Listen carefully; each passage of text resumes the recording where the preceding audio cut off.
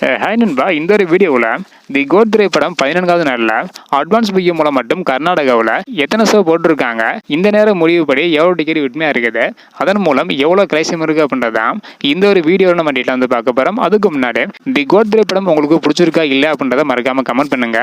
அப்படியே நீங்கள் யார் ஃபேன் அப்படின்றத மறக்காமல் கமெண்ட் பண்ணுங்க. இன்னும் நம்ம சேனலை சப்ஸ்கிரைப் பண்ணாமல் இருந்தீங்கன்னா மறக்காமல் பண்ணிக்கோங்க. ஓகே அன்பா, வாங்க நினைக்கிற வீடியோக்குள்ளே போகலாம்.